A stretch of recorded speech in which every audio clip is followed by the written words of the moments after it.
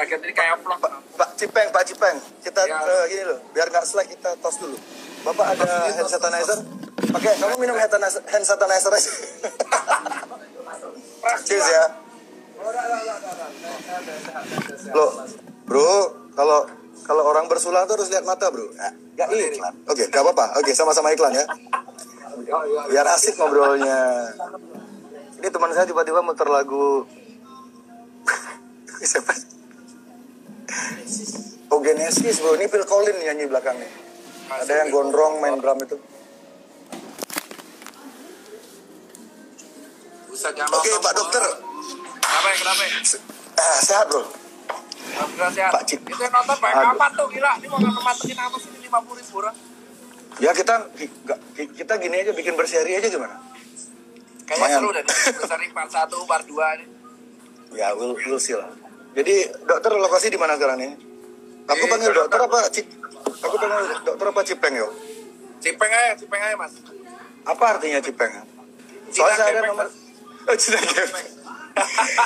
Saya ada temen namanya Cipeng juga di Malang. Dia punya band namanya Bunga Loma.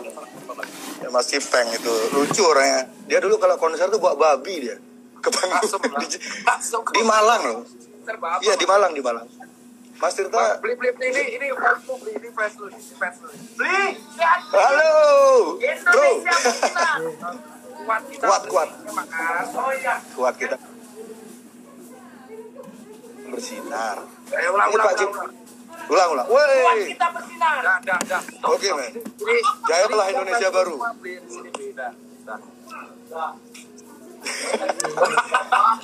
Apa namanya? Itu apa tuh? Asap apa tuh? Tiba-tiba banyak asap, Dok. Lagi fogging? Oh, asap Jamaika. Fogging nih. Ini kita nggak ngobrol-ngobrol dari tadi. Oke, Mas Tirta Surabaya toh? Jogja aku, Mas. Oh, Jogja. Pantas gue temenan sama si Asu siapa? Yuki. Yuki, Sidlisya, siapa lagi? Heru. Oke, Mas. Jadi bentar. Coba suaranya Mas Cipeng dikerasin lagi, Mas. Volumenya Mas Cipeng. Ngegas dong ngomongnya. Kue itu. Dengar gak? Ngegas. Dengar gak? Ini. Gas gila nih. Iya, ngegas. Ini soalnya banyak orang bilang ini keduanya sama-sama ngegas. Nanti ntar ketemu pasti nggak ada yang ngegas. Ya pasti nggak ada yang ngegas semua. Kalau jadi. Ya udah sama, Fred. Yang ininya buat X. Yang X. AirPod. AirPod bisa. Apa itu? Pakai Bluetooth. Nggak mau. Cipeng disuruh pakai genset. Mas Cipeng disuruh pakai genset. Asu. Aduh, gimana Mas penjualan sepatunya? Bisa ditanya. Ini mau bahasa apa sih, ini sepatu apa? Denger ya. Pakai bendera, mana bendera? Ini pakai bendera nih, nggak mau kalah nih. Nih. Mantap. Oke, mirip sama yang saya jual di sini. Jadi sebenarnya gini Mas, ini. Oke, lo dulu. Jadi fans Amerika ngontak saya menjebak Mas untuk menunjukkan sepatu Mas yang hampir mirip dengan fans. Jadi ini saya lagi bagian dari teori konspirasi ini. Ini konspirasi fans, jangan-jangan Mas kayaknya. Oke deh. Oke, kita cukup ya gini ya intermezzonya ya. Mari kita agak serius mungkin. Bisa? Masuk kan? Masuk. Oke. Oke. Ayolah. Kan gini, sebagai orang lapangan, saya ingin dengar. Soalnya saya percaya Mas Cipeng ini punya peran sedikit kayak semacam whistleblower gitu loh. Mas Cipeng tahu whistleblower? Beli. Ini suaranya kecil banget. Gue pakai ini deh, pinjam headset bentar. Oh, ini kerjaannya CIA ini. Dia harusnya pakai sound nih. Bentar, gue akan cari headset. Ada nggak? Saya 5 menit loh. Saya 5 menit loh bikin rambut ini buat Mas Cipeng nih. Jambulnya biar. Saya juga touch-up dulu deh, rambutnya berantakan. Jadi kita ini jadian. Bentar. Ini jangan dini ya, jangan dini. Ini siapa ya? Jangan di close. Oke. nggak tahu caranya juga ngekios mas. Aduh. Oke kawan-kawan, buat yang lagi santai, angkat gelasmu. Buat yang nggak minum, angkat tehnya. Jangan banyak-banyak minum teh, ini suara saya serak karena 3 hari ini minum teh terus-terusan. Aduh.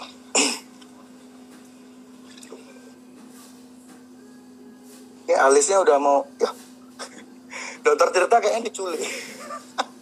Ini kayaknya Dokter Tirta dijemput tim mawar ya, ini hilang tiba-tiba hilang. Yo bangun Bali subsidi petani. Mana gitarnya mas? Sambil isi waktu. Harus ini, harus.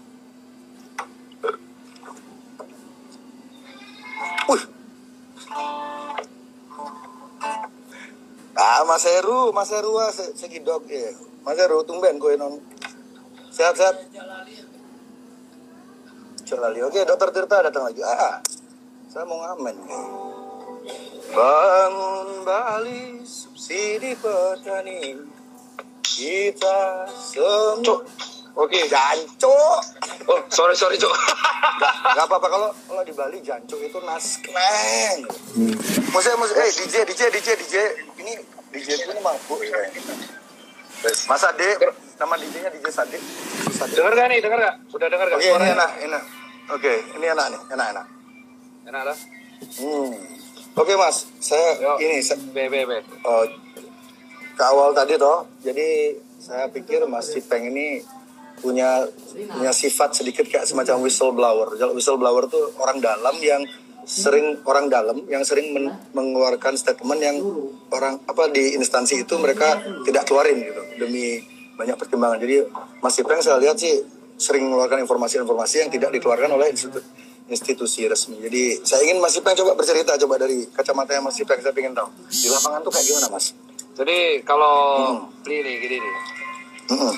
Ini ngegas lah biasa aja nih.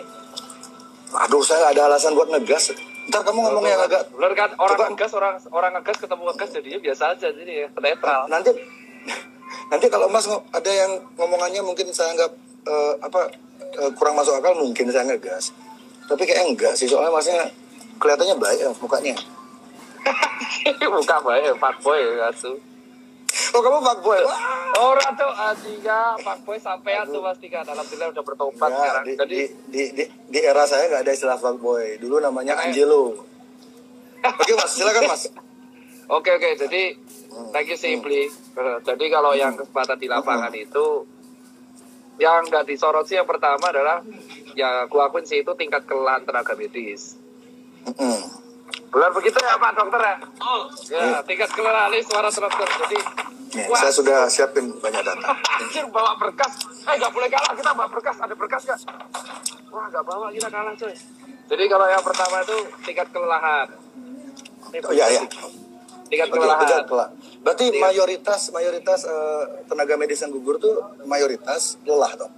Nggak, bukan. Kalau yang gugur kemarin itu, gua kemarin baca sih. Kalau yang dilakukan lu tanya Mas Beli kan, Mas Beli itu piye cok? Mas Jerry ya, kan, beli Mas Jerry aja. Jadi Mas Jerry kan tanya yang di lapangan kayak apa. Yang pertama tuh jujur hampir banyak orang yang anak muda tuh kelelahan kalau yang muda. Karena kan yang kita kan di garda depan, garda terakhir sih. Dan kedua tuh sudah banyak pasien ya? nggak jujur, nggak jujur. Banyak pasien nggak jujur. Dan yang ketiga, dalam konteks apa Mas nggak jujurnya itu? Jadi nggak jujur mereka ini rata-rata tuh mereka ada gejala COVID, pernah mereka datang ke tempat COVID, tapi nggak mau ngaku karena jujur mereka tertekan. Nah jadi kalau omongannya psikologi itu memang benar karena mereka tuh tertekan nggak mau ngaku. Mereka karena tertekan mereka nggak mau ngaku karena takut di sinis, takut di stigma, ya kayak stigma kita kayak HIV lah. Nah yang ketiga yang jarang banget kesorot itu adalah selain APD ya, kalau APD orang udah pasti tahu lah, APD pasti nggak tahu. Itu banyaknya media-media yang memplesetkan statement dokter sih. Dibawa ke arah mana Mas? Ada mengikuti narasi tertentu nggak? Kalau yang paling parah sih kemarin sih, itu kalau nggak salah ketua ID ya, Pak Daeng ya. Ketua ID, Pak Daeng, Ketua ID, Ketua PBID itu kemarin kan sempat diwawancara oleh salah satu media. Bagaimana bentuk distorsi informasi yang nyampe ke publiknya? Coba. Kalau jelaskan. pada waktu itu sih, kalau nggak salah Ketua PBID kemarin Dr. Daeng itu mengatakan, kalau nggak salah ya, itu dia mengatakan Kalau tes massal itu nanti yang kemungkinan kecek itu akan banyak, jadi hasilnya bisa meningkat. Tetapi tiba-tiba di beberapa media tertentu itu digoreng seolah-olah ID mengatakan 1.000 jenazah dan akhirnya dibetulin dan akhirnya kami para dokter dihujat, walaupun akhirnya kedepannya ketua ID klarifikasi bahwa itu framing dan akhirnya diklarifikasi bahwa kami nggak pernah ngomong kayak gitu. Nah, jadi kami itu rata-rata kalau kemarin statement takut karena semenjak kejadian itu jujur kita takut dipelintir. Karena aku juga pernah dipelintir juga kan omonganku. Nah, tapi kalau kita tuh udah posisi kelelahan, under pressure. Nah, kalau yang gugur jujur aja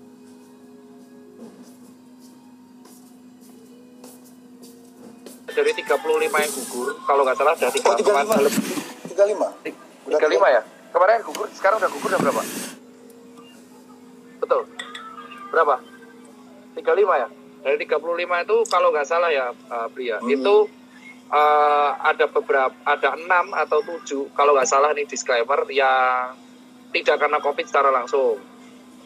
Dan ini semua di Jakarta, mostly? Enggak, menyebar. Okay. Terus paling banyak ada paling banyak di mana ya? Gue nggak baca deh. Kalau ya data, kalau yang wafat paling banyak, gugur paling banyak. Jakarta ya? Iya paling banyak Jakarta. Terus ada yang tertular dari luar negeri, bener nggak? Ada yang import case, terus ada yang tertular dari tempat praktek. Terus ada yang karena kelelahan terus akhirnya tertular, ada yang karena sakit jantung juga. Jadi kalau omongan ada dokter yang sakit jantung juga? Ada itu 6 orang pokoknya ada. Jadi emang itu udah dijelaskan. Dia sakit jantung karena kelelahan, tapi dia jadinya kena heart attack. Ya stres ya. Stres, benar, kayak stres heart attack. Terus ada yang karena dia ketularan dari pasien yang nggak jujur. Jadi emang tertularnya banyak walaupun finishingnya COVID. Tapi kalau nggak salah dari 35 6 ya.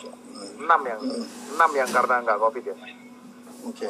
Ya, 6. Jadi kalau yang Mas Cipeng kenal secara pribadi ada berapa orang tuh yang gugur itu? Yang satu tuh Prof Iwan tuh guruku. Oh, yang senior itu. Ya, itu yang ngebuat kayak ikatan emosional lumayan tinggi karena beliau guru. Beliau kalau salah ketularannya di pesawat. Ketularannya kalau bukan di rumah sakit toh? Bukan di rumah sakit. Kalau nggak salah kalau Prof Iwan itu dia non klinisi Mas, jadi dia peneliti obat. Oke. Oh 25 bukan 35 ya? Oh Mas, revisi Mas, yang wafat 25 Mas. Oh kan menurut 35 itu sama 35 sama apa? Oh, kalau 35 itu tenaga medis, kalau dokter 25. Itu kan dokter sama tenaga medis kan beda itu. Ya, kalau tenaga medis tuh di sini masih 25 soalnya. Iya, kalau tenaga medis itu sama perawat juga kan. Perawat. Jadi kalau dokter doang 25, kalau sama tenaga medis 35. Tapi saya boleh nanya nggak sesuatu ke Dr. Tirta? Ada nggak kurikulum kedokteran modern yang mengajari calon tenaga medis atau calon dokter untuk mengatasi situasi pandemi seperti ini? Ada nggak di kurikulum basic? Kalau kurikulum yang mengatasi pandemi seperti ini, jujur ya, dari kita belajar yang flu Spanyol 100 tahun lalu sih, mencegah infeksinya, jujur. Mencegah, mengerem infeksinya. Jadi, secara psikologi, kan waktu itu belum ada teknologi. Jadi, emang nggak ada protokol untuk menghindari media, menghindari informasi-informasi yang sifatnya belum pasti gitu. Nggak diajarin nggak di kurikulum Mas ya? Iya, kalau yang jujur aja mereka mengajarinya lebih ke protokol kesehatan sih, kayak membatasi pertemuan, mengurangi, intinya memutus rantai infeksi, intinya itu aja. Jadi kalau untuk gimana? Tapi rantai infeksi secara psikomatiknya belum diputus. Ya, makanya target utama dari kalau kurikulum kedokteran itu ada 2 sih. Prevensi sama penyembuhan, kurasi. Kurasinya yang hadapi garda terakhir kan, yang di IGD, yang di ruang isolasi. Nah, untuk sisanya prevensi dan edukasi. Nah, untuk garda prevensi edukasi itu pemutusan infeksi, maka ada physical distancing dan kawan-kawannya. Cuman kalau yang gue setuju dari omongan Mas D itu adalah emang dari awal tuh tujuannya pemerintah itu menenangkan. Jadi Mas setuju nggak kalau Dokter Terawan itu di awal itu sebenarnya move-nya dia tuh tepat atau tidak, Mas Ipeng? Di awal dia mengatakan tuh menenangkan masyarakat. Tujuannya walaupun ada beberapa statement beliau yang mungkin entah dipelintir media atau mungkin cara ngomongnya salah, itu diterimanya Kalau salah. Kalau dipelintir sudah pasti ya. Kita berdua sudah tahu kan media Indonesia. Iya, ingat gak Pak Terawan tuh di awal pernah ngomong kayak gini bahwa virus COVID pernah sembuh sendiri, ingat gak? Di awal banget. Iya, betul. Dan beliau itu tentara. Jadi saya kan lihat basicnya Pak Terawan ini, beliau tentara. Paling tidak beliau paham. Kalau saya menurut saya, teori saya pribadi, Pak Terawan ini tahu 100% persis skema ini. Makanya beliau sering ngomongnya terlalu santai, dan order dari pusat, tanda kutip, bukan Jakarta ya. Mungkin Pak Terawan disuruh diam dulu. Makanya sekarang beliau kan hilang. Mungkin Mas Ipeng bisa ngejelasin kenapa Dr. Terawan hilang sekarang. Wah, kalau itu aku nggak tahu itu. Jujur aja kita juga kayak kalau masih nggak ada berita, nggak ada selentingan di kalangan di grup WhatsApp om dokter yang genit yang suka bagi-bagi foto-foto suster.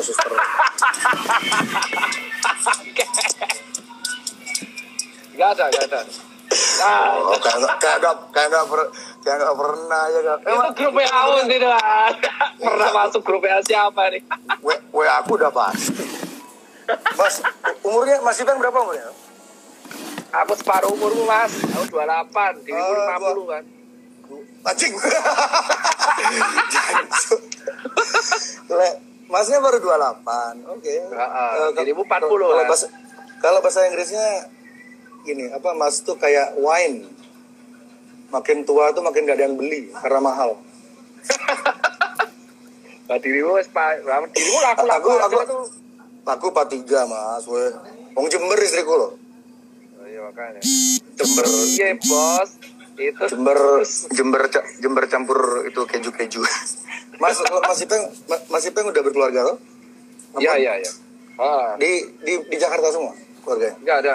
Kalau aku kebetulan jujur aja ada. Nggak ada kebetulan Mas. Di dunia ini nggak ada yang kebetulan. Pinter juga kok ya. Kalau aku anak ada di Jogja anak. Oke. Nggak perlu dijelasin banget sih, soalnya saya takut dicari orang-orang pedofilia nanti lokasi anak-anak. Nggak, soalnya gerakan pedofilia ini nanti di ujung pembicaraan ini kita akan menuju ke sana, dan ini ada korelasinya dengan COVID ini. Nanti saya cerita ke sana. Ini masih panjang ini. Nanti ini ada hubungannya. 2 jam cukup di 2 jam, makanya ini kayak gini nih. Kurang sih. Kalau stok saya sih ada untuk 3 tahun sih. Belum tahun bos ini. Oke. Saya Pokari ya di sini. Oke, Mas Ipeng. Oke, tadi kita tuh pertama kali ngomong tentang ini ya, tentang gugurnya tugas medis. Kan waktu itu saya bikin statement waktu Pilpres kemarin itu ada ratusan ya yang meninggal ya, Pilpres, petugas di pemungutan suara, dan itu nggak jelas kan sebabnya apa, terus beritanya juga simpang siur. Itu saya pikir ya, itu kan sebuah konspirasi. Itu kita sepakat nggak kalau kematian wafatnya petugas TPS waktu itu di Indonesia adalah sebuah konspirasi? Itu sepakat nggak, Mas? Kalau konspirasi apa aku nggak tahu, cuman kalau wafat konspirasi politik ya bisa jadi. Konspirasi politik di Indonesia ya bisa jadi, karena wafatnya banyak banget ya, dan pahlawan itu. Dan beritanya nggak jelas, kayak ada sesuatu yang kayak menghalangi orang-orang tahu apa yang sebenarnya terjadi. Itu nggak perasaannya Mas Pilpres kemarin? Masnya milih siapa? Apa? Masnya milih siapa kemarin? Kalau aku pada waktu itu jujur aja Pak, nggak sempat milih Pak, karena di Jakarta saya. Saya dapilnya di Jateng Pak. Sama. Saya waktu itu nggak bisa milih, soalnya barangnya bagus banget Mas. Males milih. Keduanya bagus, jadi saya nggak milih, saya di rumah aja. Saya nggak bisa milih karena saya di Jakarta, dapilnya di Jateng ya wes. Oke. Tadi balik ke yang kematian petugas TPS itu jadi kita sepakat apa enggak nih kalau itu sebuah ada konspirasinya kasus itu? Jujur aja kalau di kasus KPPS itu kan kelelahan semua. Kalau dari jumpa pers, bener nggak sih? Kalau yang KPPS yang kemarin itu kelelahan semua ya? Iya, betul ya. Kelelahan ya, tapi kan ya ada, kita nggak tahu ya itu diotopsi apa enggak ya. Ya jujur aja, ya tahu sendiri lah maksudnya. Ya angkanya juga belum tentu segitu kan, mungkin di bawah. Bisa jadi, bisa enggak. Nah, gitu. Ya, maksud saya ingin ngebawa Mas Tirta ke mindset itu loh. Jika untuk skala lokal, nasional, Indonesia, konspirasi kayak gitu bisa terjadi. Itu kasusnya Ibu Sarumpait yang hampir mengelabui kita dengan apa Nah, kalau itu konspirasi jelas opla. itu. Ya itu kan konspirasi. Benar-benar. Itu maksudnya ya itu kan ini untuk skala yang menengah seperti itu konspirasi itu pasti ada. Dan di lingkar pertemanan Mas Irla masa nggak ada konspirasi? Pasti ada. Itu hampir teman pasti ada. pasti ya makanya. Jadi pasti ada. Jadi kita ini kayak apa ya? Jadi yang saya lihat narasi besar dari mainstream media sejak Dedi pas saya ngangkat masalah teori konspirasi itu mungkin tidak terdeteksi oleh radarnya mainstream media. Tapi ketika Dedi ngangkat itu tiba-tiba mainstream media serentak menggiring opini kalau orang-orang percaya teori konspirasi itu adalah orang gila gitu. Dan itu kalau menurut itu saya aku kurang setuju sih. Iya, itu berbahaya banget. Dan yang terakhir tadi pagi Tirto ID, sebuah portal media yang saya sangat hormati lah gitu. Saya pikir mereka independen, mereka ngerilis juga artikel yang menggiring opini kalau orang-orang yang menyukai teori konspirasi itu adalah orang-orang yang miskin, berbahaya dan kriminal. Nah, ini kan pola kenapa tiba-tiba pemerintah ini takut sekali sama teori konspirasi. Ketika pemerintah itu menunjukkan ketakutan atau bereaksi berlebihan, ini pasti ada sesuatu yang ditutupi. Kalau menurut saya seperti itu. Kalau menurutku justru bukan pemerintahnya sih, Mas Jering. Karena kalau nggak salah itu ciu apa air putih itu? Mau tahu aja. Jadi kalau Insto. Oh ya, anjir Insto tuh. Jadi gimana? Kalau dari aku sih justru bukan pada sektor pemerintahnya ya. Karena kalau nggak salah Mas Jering itu di caption kemarin nulis statement, benar nggak? Nulis statement intinya tetap tenang, terus konspirasi ada, jangan dipenuhi ketakutan. Statement saya tuh, maksudnya kita bicara hashtag apa bicara pesan besar di? Pesan besar. Iya. Intinya kalau Mas D kan intinya percaya bahwa COVID itu ada dan konspirasi itu ada. Ya, ada. Terus kita harus tetap nggak boleh takut tapi waspada karena danger sama fear itu beda. Nah, adaptasi kalau menurut adaptasi saya betul kan? Iya, kemarin saya adu argumen sama Gendovara nama akunnya. Jadi sempat sedikit sengit dan akhirnya kami sepakat adaptasi itu karena kalau kita pakai kata new normal itu seolah-olah kayak meniadakan peradaban kita yang sebelumnya gitu loh. Banyak nilai-nilai yang sebelumnya hilang.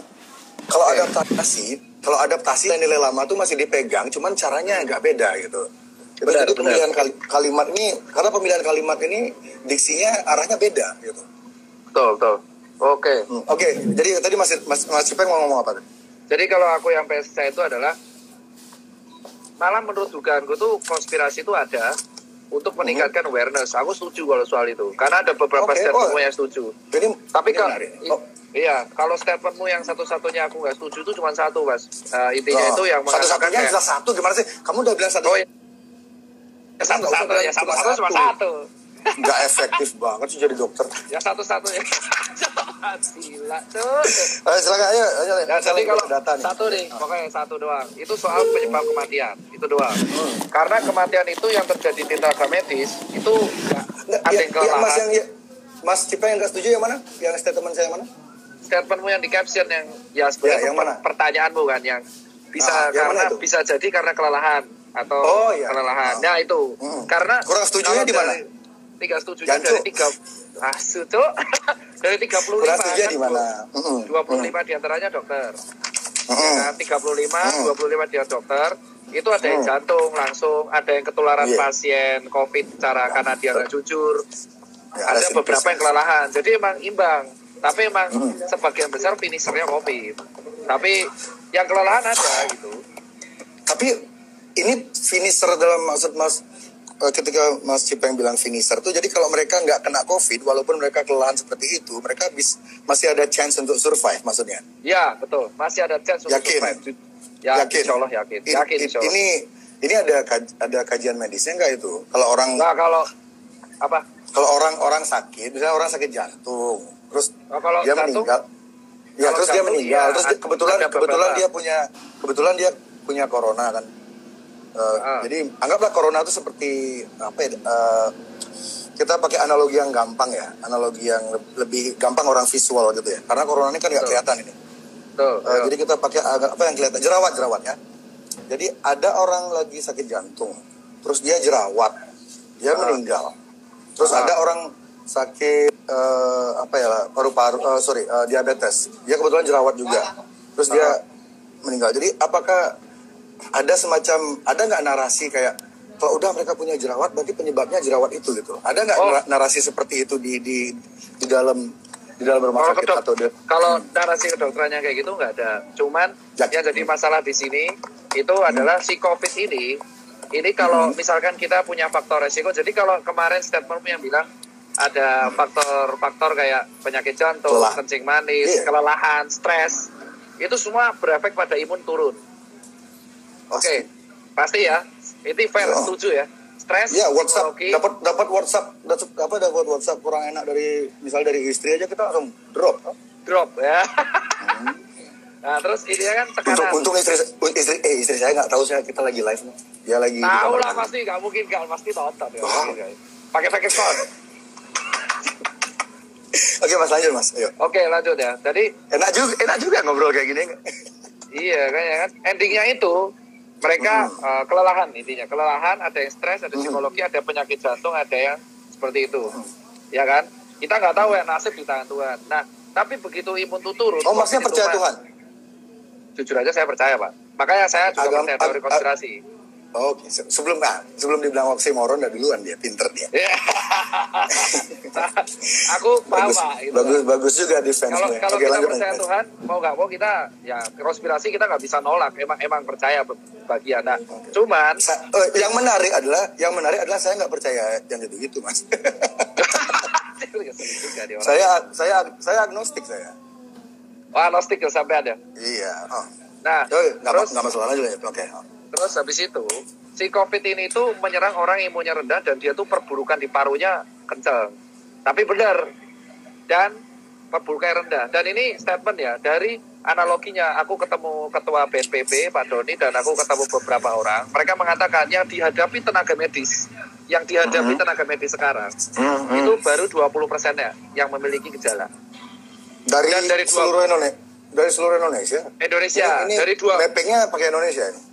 Ya, Indonesia. Dari 20% yang positif COVID ini, ya 80%-nya tuh bergejala, sisa bergejala ringan, yang berat itu 20%-nya. Jadi dari 20%-nya 20% tuh yang bergejala berat. Dan itu emang benar selalu rata-rata ya, bukan selalu sih. Ada yang langsung direct, tapi rata-rata ada pemberatnya. Jadi temenan. Jadi ibaratnya kalau Mas J itu ibaratnya analoginya kita lagi naik mobil di jalanan. Tapi ban kita itu sebenarnya alurnya udah halus alurnya udah halus bahaya ya. Udah bahaya sebenarnya. Harusnya COVID ini oli ini berarti. Ya betul, COVID-nya olinya. Nah, COVID-nya olinya sisanya tergantung antibodinya. Kalau antibodinya itu kuat, ya dia selamat, survive. Ya kalau dia naik mobil, kalau dia naik mobil kekencangan dan kena oli dan banyak halus, oke, dia kelar. Makanya kalau berarti Bang Man, jadi kalau statementmu yang kemarin mengatakan emang COVID itu nggak sendirian untuk menyebabkan kematian, itu aku setuju. Karena di beberapa kasus sebagian besar pasti kalau nggak ditemenin jatuh, hipertensi, tekanan darah, benar kan Pak Dokter? Ya di Italia itu kan yang paling jadi contoh kasus yang paling jadi yang membuat orang sangat ketakutan di seluruh dunia ini kan kasus Italia itu sebenarnya kan, karena kalau di Cina mungkin orang agak mikir ya kan salahnya mereka kayak gitu, mereka makan kan waktu itu masih konsensus publiknya waktu itu masih itu berasal dari Batman gitu. Betul. Padahal Bruce Wayne nggak pernah bikin virus. Ya terus lalu ketika yang kasus Italia itu meledak dan itu menjadi kayak cerita horor banget bagi seluruh dunia, orang langsung ketakutan banget kan. Tapi yang orang-orang jarang yang saya lihat di mainstream media jarang banget, bahkan tidak pernah di Indonesia mengangkat lebih dalam lagi tentang kasus di Italia adalah 99% yang meninggal di Italia itu usianya di atas 60 tahun, elderly. Iya. Ya elderly, 99% loh. Jadi Elderly. udah tua, dan dari 99% itu, dari yang meninggal itu 98, sekian hampir 100%-nya itu memang sudah kritis. Dan kualitas udara di kota, apa nama kotanya Mas yang banyak meninggal itu? Daerah utara Italia kan, lupa Milan ya itu ya enggak, bukan. Jadi di sana kualitas udaranya itu hampir sama dengan di Wuhan. Jadi memang di sana tuh, coba Mas cari kalau ada waktu ya, Mas googling angka kematian di Italia di kota yang sama tahun sebelumnya dan tahun sebelumnya. Nggak jauh beda kok sama tahun ini. Cuman sekarang karena difabrikasi beritanya, dibumbu-bumbuin, angkanya ditambah nolnya 1 atau ditambah komanya dikurangin segala macam, menimbulkan kepanikan massa. Padahal teman-teman saya di Italia pada bilang, ya mereka ngirim video segala macam, aman kok di Italia, ini berita terlalu melebih-lebihkan. Karena tahun-tahun sebelumnya juga kematian di sana mungkin agak tinggi tahun ini. Jadi kematian di kota Italia itu mungkin tahun ini ada peningkatan tapi sedikit. Dan itu pun mungkin karena stres, karena semua orang ke rumah sakit. Jadi orang-orang tua ini, para manula ini tidak mendapat perhatian serius dari yang seharusnya gitu, karena terlalu banyak orang stres. Balik lagi ke ilmu psikomatik tadi, karena mereka tiap hari nonton TV, lihat handphone, COVID, masuk ke otak mereka tuh membentuk kayak realita gitu loh, berusaha membuat situasi itu benar ada. Dan itu jadi orang berbondong-bondong ke rumah sakit, jadi mereka sesak nafas ke rumah sakit. Nah, itu ini ya. Oke, jadi kalau aku motong nggak apa-apa ya? Dapat kan ya? Dapat. Maaf kalau. Ya. Ya, di sini kita tektokannya sekarang. Silakan Mas. Jadi aku motong nggak apa-apa kan, Pli? Karena aku tahu ini Mas arahnya kemana. Bagus ini. Ayo. Iya, jadi yang pertama pokoknya kalau dari awal tuh aku, kalau yang di komen ya aku lurusin karena netizen banyak tanya debatnya mana. Jadi di sini tuh nggak berdebat. Aku terakhir ke netizen. Kan udah diskusi judulnya. Iya, ini diskusi. Jadi awal mulanya itu adalah aku tertarik, jujur aja, kalau soal konspirasi yang aku keberatan cuma soal alasan, itu aja. Tapi kalau yang kedua, kalau soal yang namanya narasi media, itu ibaratnya kayak gini Mas, aku neranginnya biar netizen paham. Orang naik motor ada potensi kecelakaan, ya kan? Baru tadi saya mau ngomong gitu. Oke, lanjut. Ada orang naik motor potensi naik kecelakaan, dan kecelakaan angka kematiannya juga tinggi. Oke kan? Nah, tapi kan iya kan? Gitu. Kan betul, kalau betul, misalkan kita naik motor, kita kan pasti kecelakaan. Dan kecelakaan di sebuah nggak pasti. Tadi Masnya jangan bilang pasti. Enggak, kemungkinan tinggi, ya kan? Bisa mati. Dan angka kecelakaan saya dulu sempat lama kerja di media soalnya Mas. Jadi saya hati-hati ngomongnya. Terus yang terjadi adalah kalau kita naik motor belum tentu kita mati kan. Kalau kita pakai helm dan kawan-kawan. Kamu kemarin naik motor deh? Masih hidup? Teman saya kemarin naik motor masih hidup. Kapan mati? Anjir, amit-amit Cuk. Nah, orangnya nggak ada, itu imajinatif. Lanjut Mas. Nah, kalau yang Mas Cipeng ya. Kalau misalkan yang terjadi di COVID itu seperti ini, orang COVID itu berbahaya, danger, emang ada, bener, resiko ada COVID. Yang paling penting adalah orang kalau kena COVID belum tentu mati, bisa selamat. Nah, 99%. Nah, narasi selamat ini yang gak digoreng. Ini yang jujur. Itu dia. Jadi narasi selamat ini yang gak digoreng. Ini kenapa saya mau melakukan ini live Instagram ini sama Mas Ipeng, karena saya tahu Mas Ipeng itu arahnya ke sana. Ini kita nih musuh kita berdua sama. Ya emang COVID loh, COVID dan jujur aja. Makanya aku bilang narasi. Ya, narasi. COVID kan udah musuh bersama ini. Saya berdua yang akan kita dalami di sini ini. Kenapa seolah-olah ada narasi harapan itu dikubur, ketakutan itu dipupuk. Jadi ketakutan. Padahal harapan tuh ada di mana-mana kalau masyarakat mau mencari. Tapi kan sayang masyarakat kadang-kadang nggak tahu akses untuk mencari. Ketika mereka mendapat artikelnya bahasa Inggris, masyarakat nggak ngerti. Jadi ketika mereka mau nanya ke teman-temannya yang pinter, teman-temannya yang pinter tuh udah kemakan narasinya. Misalnya narasinya si Najwa gitu udah, ya aduh kita ikutin aja lah apa kata media segala macam. Susah tuh. Kan orang-orang yang anti teori konspirasi ini kebanyakan dari menengah ke atas. Kalau kita jujur ya. Orang-orang yang tidak setuju sama teori konspirasi ini kebanyakan orang-orang yang sudah nyaman. Jadi mereka tuh pikir ngapain sih kayak gitu-gitu dipikirin, udah yang penting hidup kita tetap di bubble yang sama itu, di gelembung itu gitu. Mereka nggak mau jauh-jauh. Otoritas bilang A, C. Ya. Jadi ini menggoreng itu ya, yang sembuh-sembuhnya itu ya, penggorengan itu ya. Betul. Jadi terus aku jujur aja kalau yang kita di sini tuh ada beberapa kelurusan dan kesamaan, ya kan. Nanti aku bakal bilang yang nggak setuju di Mas Dim masih ada juga, dan masih ada beberapa yang nggak setuju di aku. Cuman kalau dari sini kita kesimpulan sama nggak? Kenapa kok orang stigmanya negatif banget sama COVID sampai pasien nggak jujur, sampai pasien itu takut banget ngaku. Nah, ini kesalahannya siapa itu ya? Ini bener kan? Saya tidak suka bukan hobi saya nyalahin orang, tapi ini kan bukan masalah saya pribadi ini. Ini menyangkut kehidupan satu negara, mungkin satu bumi mungkin ya. Ini yang memelihara environment, yang menciptakan environment ketakutan luar biasa ini terhadap hal yang sebenarnya kesempatan untuk pulihnya tuh gede banget, itu siapa, Mas? Jadi kalau yang meningkatkan ketakutan ini, ya kan, terlepas dari alasan-alasan yang ada, tapi kalau kita seperti ini itu adalah yang menyebabkan satu, pasien nggak jujur, terus yang menyebabkan jenazah sampai ditolak, ya sampai jenazah ditolak, sampai sendiri, aku ngerasain sendiri, itu Mas, fatal. itu kemarin pilpres kemarin aja beda pilihan, jenazah ditolak, ini kok heran sih COVID ditolak. Iya, masyarakat kita tuh ya gitu. Sampai ya makanya loh, sampai aku ngerasain sendiri, Mas, sampai aku tuh pulang ke komplekku aja, aku sempet mau diusir, Mas, dari komplek. Mas, kalau di Bali jangan bilang komplek, Mas. Kenapa, Pak? Itu tempat prostitusi. Masa sih itu serius? Kalau Mas ngomong ke orang-orang di Bali, saya mau ke komplek ya, udah ketawain, Mas, kalau sama orang Bali ngomong. Coba tanya Yuda CT lagi nonton ya. Yuda komen dah. Dia jualan coba dia. Komplek di Bali daerah prostitusi. Ya.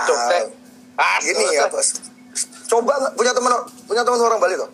Ada. Punya. Kita belum temenan. Oke. Kita mungkin enggak temenan di akhir diskusi ini. Nah, jadi Mas. Jadi Mas ini. Kalau aku lanjutin. Dari sini tuh semua emang narasinya tuh harusnya dibangun dari awal tuh positif. Iya kan? Pertama kali itu aku masih ingat Pak Terawan itu ketika jumpa pers pertama kali itu semua orang kan sekarang nyalain Pak Terawan ya. Pak Terawan dulu mengatakan ada satu nih dan masih ingat, COVID itu sebuah virus yang emang bisa self-limited disease. Sembuh sendiri, betul. Iya, tapi beliau lupa mengatakan selanjutnya kalau nggak salah harus ditambah dengan kayak dirawat, bed rest, nutrisi dan teman-temannya. Lengkap. Jadi, pokoknya Pak Terawan itu terlalu santai dia ya. Ya kalau ngomong di media dia ya kayak orang ngobrol gitu loh. Tahu nggak sih kalau orang ngobrol tapi memang seharusnya iya sih. Harusnya lengkap kan. Karena kan kita berhadapan sama media dan beliau itu ngomong kalau nggak salah virus itu self-limited disease dan kalau dikasih nutrisi dia bisa sembuh kalau makanan cukup dan ditolong dengan obat-obat simptomatik. Nah, tapi kita lihat yang beredar di media apa judulnya? Ya. Ya karena itu loh, itu yang pertama dan ada narasinya kayak seolah-olah kita meremehkan. Jadi itu yang pertama. Mas, saya ingin nanya untuk statement Mas itu, saya mau ngajak Cipeng untuk sedikit berimajinasi. Misalnya yang ngomong seperti Pak Terawan tadi itu ya persis omongannya sama, substansinya sama. Misalnya contoh Najwa Shihab. Apakah masyarakat akan menganggap itu sebuah lelucon? Tidak, jujur aja. Aku berani. Benar. Ya berarti ini bukan tentang message-nya sebenarnya kan? Ini ya, tapi tentang figur yang ngomong. Tentang ini kan visual berarti kan? Tentang visual keterikatan emosi. Aduh, Pak Terawan tuh mukanya terlalu kayak menteri biasa sih. Jadi sebenarnya itu yang aku bilang kan, kayak di awal. Tapi dan sistemnya kalau Mas lihat, pemerintah tuh sistemnya udah pengen menenangkan masyarakat. Betul, saya lihatnya begitu. Tapi masyarakat tuh terus kayak saya lihat ya ada kecenderungan masyarakat tuh agak over dalam mengkritik pemerintah tuh, mereka agak sedikit over gitu loh. Kayak terlalu nyari-nyari kesalahan, terlalu menggali-gali kesalahan, tapi mereka lupa kalau sampai akhirnya tuh kalau pemerintah tenangin itu di counter pasti sama siapa? Sama data yang disebar di media. Ini datanya dari mana asalnya? Datanya itu contoh ketika kita pengen menenangkan masyarakat, contoh kita menenangkan masyarakat, let's say mengenai apalah kematian atau apapun, itu rata-rata yang digoreng adalah tentang narasi buruk. Emang itu benar, dan itu aku nggak bisa sebut medianya, mungkin Mas Jim pasti punya datanya sendiri kan. Jadi emang benar, dan akhirnya karena narasi-narasi buruk yang dibangun ke depannya, akhirnya orang-orang jadinya takut sama si COVID ini, borong masker, borong APD. Itu jadi beruntun efeknya, borong APD, borong masker, terus let the domino fall. It's a part of the plan. domino effect ya. Nah itu yang akhirnya itu emang part of the plan. Ya itulah. Makanya kan kalau aku secara pribadi, secara dari awal Mas J itu kan gaungkan konspirasi kan dari sejak 2-3 minggu yang lalu ya. Iya. Viralnya kan gara-gara vlognya Dedi sama Yonglek kan. Sebenarnya iya. Kalau Dedi sama Yonglek nggak ngangkat itu, kita nggak akan ngobrol kayak gini. Mungkin ini nggak akan terjadi. Jadi whatever. Dan saya percaya nggak ada yang kebetulan di dunia ini. Jadi ya thanks to them. Ya terima kasih buat mereka. Jadi orang punya mungkin karena yang bicara itu Yonglek. Mungkin beberapa omongan dia tuh ketika dia bicara, kita singkat aja teori konspirasi ini, kita singkat TK ya dari sekarang ya. K. Biar Oke. Ya, TK ya, biar nggak kepanjangan. Jadi ketika Yonglek bicara tentang TK, meskipun ada beberapa poinnya dia tuh benar, tapi orang tuh susah untuk, sama ada kasusnya seperti Pak Terawan yang tadi bilang itu. Ketika Terawan orang ngomong gitu dengan figurnya dia yang agak, meskipun beliau tentara segala macam, dan saya yakin Pak Terawan tuh tahu lebih dari orang-orang lain ketahui, cuman dia tidak boleh membagi informasi itu. Iya. Ya, jadi ya ketika yang bicara masalah TK, orang-orang kayak pas ini orang nggak jelas dia tuh siapa gitu, kayak nggak ada ikatan kayak semacam publik sama Najwa kayak gitu. Betul. Jadi orang anggap itu sebagai lelucon. Dan ini yang pengen saya bilang juga dari awal, sebelum kita memulai bicara tentang TK ya, teori konspirasi. Stigma tentang TK di Indonesia ini sangat sangat jelek, tidak efektif kalau saya bilang, tidak efektif. Satu, kalangan flat earth ya. Ini Flat Earth Society. Mereka punya channel namanya Flat Earth 101. Ketika mereka hendak meyakinkan orang-orang tentang teori konspirasi yang sedang ada di apa yang terjadi saat ini, mereka seharusnya tidak memakai nama Flat Earth Society. Benar, setuju aku itu setuju. Karena ini sesuatu hal yang berbeda. Itu tindakan itu seperti mereka menembak kaki mereka sendiri. Mereka lari, tapi mereka nembak kakinya sendiri.